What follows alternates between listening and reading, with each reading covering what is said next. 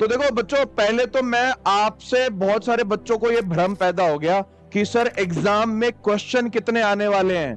तो एक बात क्लियर है बच्चों कि एग्जाम में आपके प्रश्नों की संख्या 60 रहने वाली है, इसमें किसी भी तरीके का संदेह नहीं है। तो ये जो बार बार आप कंफ्यूजन आपके अंदर पैदा हो रहा है ना कि सर 60 क्वेश्चन है या कितने क्वेश्चन है, तो एग्जाम में आपके प्रश्नों की संख्या जो है, ये इसको थोड़ा सा छोटा कर लेते हैं साइज, आपके प्रश्न जो है, प्रश्नों की संख्या जो है वो आपके 60 ही रहने वाली है।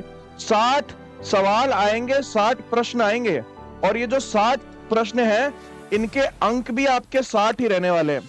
तो ये बार बार जो आप लोगों के अंदर कंफ्यूजन हो रहा है ना, इस कंफ्यूजन को त्याग दो आप।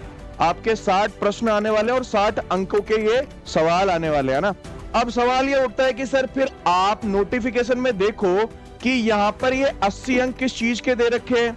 तो 80 अंक जो है बच्चों, ये आपके सीबीटी यानी कि कंप्यूटर बेस्ड जो टेस्ट होने वाला है उसको वेटेज बना करके कन्वर्ट किया गया है। अब सवाल ये उठता है कि सर ये वेटेज किस आधार पे बनाया है, वेटेज किस तरीके से जो है वो आपके होगा।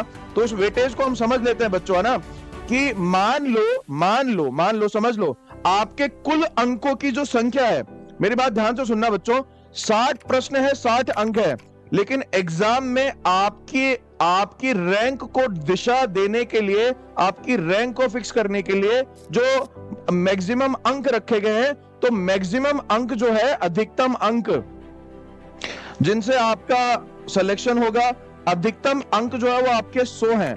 और ये किस आधार पे डिसाइड किए गए उसको आप समझ लीजिए, है ना। अब देखो बच्चों, मेरी बात ध्यान से सुनो, 20 अंक यहां पर ध्यान से समझेंगे मैं क्या कहना चाह रहा हूं।